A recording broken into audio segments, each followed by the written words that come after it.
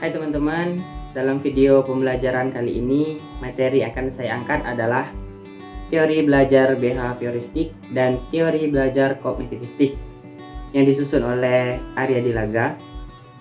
Yang pertama, teori belajar behavioristik. Teori belajar behavioristik menjelaskan belajar itu adalah perubahan perilaku yang dapat diamati, diukur, dan dinilai secara konkret. Perubahan terjadi melalui rangsangan stimulus atau dorongan yang menimbulkan hubungan perilaku reaktif atau respon yang berdasarkan hukum-hukum mekanistik.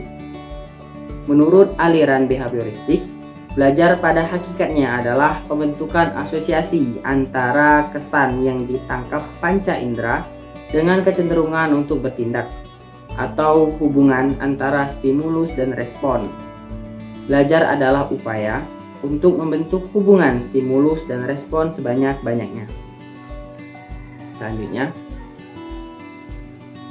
teori belajar yang termasuk ke dalam kelompok behavioristik diantaranya: yang pertama, koneksionisme dengan tokohnya Thorndike.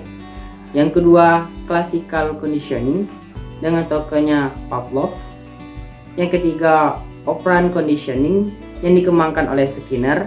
Dan yang keempat, systematic behavior yang dikembangkan oleh Hull. Dan bonus yang kelima, continuous conditioning yang dikembangkan oleh Guthrie. Selanjutnya,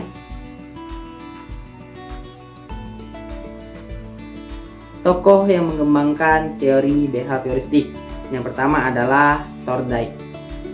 Teori koneksionisme yang dipelopori oleh Thorndike memandang bahwa yang menjadi dasar terjadinya belajar adalah adanya asosiasi antara kesan panca indera dengan dorongan yang muncul untuk bertindak. Ini artinya teori behaviorisme yang lebih dikenal dengan nama contemporary behaviorist ini memandang bahwa belajar akan terjadi pada diri anak jika anak mempunyai ketertarikan terhadap masalah yang dihadapi. Menurut Thorndike, belajar akan berlangsung pada diri siswa jika siswa berada dalam 3 macam hukum belajar, yaitu yang pertama, hukum kesiapan belajar, yang kedua, hukum latihan, yang ketiga, hukum pengaruh. Hukum kesiapan belajar ini merupakan prinsip yang menggambarkan suatu keadaan si pembelajar atau siswa cenderung akan mendapatkan kepuasan atau dapat juga ketidakpuasan. Slide selanjutnya. Yang kedua, tokoh yang mengembangkan teori behavioristik yaitu Pavlov. Konsep teori yang dikemukakan oleh Ivan Petrovich Pavlov ini secara garis besar tidak jauh berbeda dengan pendapat Thorndike. Jika Thorndike ini menekankan tentang hubungan stimulus dan respon, dan di sini guru sebaiknya tahu tentang apa yang akan diajarkan, respon apa yang diharapkan muncul pada diri siswa, serta tahu kapan sebaiknya hadiah sebagai reinforcement itu diberikan.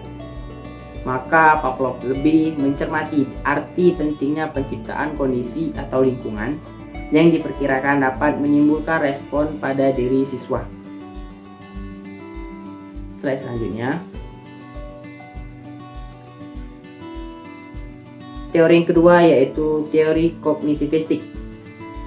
Jadi, belajar menurut teori belajar kognitivistik merupakan suatu proses internal yang mencakup ingatan, retensi, pengolahan informasi dan aspek kejiwaan, serta dengan kata lain belajar merupakan aktivitas yang melibatkan proses berpikir yang sangat kompleks. Pada teori belajar kognitivisme, belajar adalah pengorganisasian aspek-aspek kognitif dan perseptual untuk memperoleh pemahaman. Teori belajar kognitif lebih mementingkan proses belajar daripada hasil belajarnya.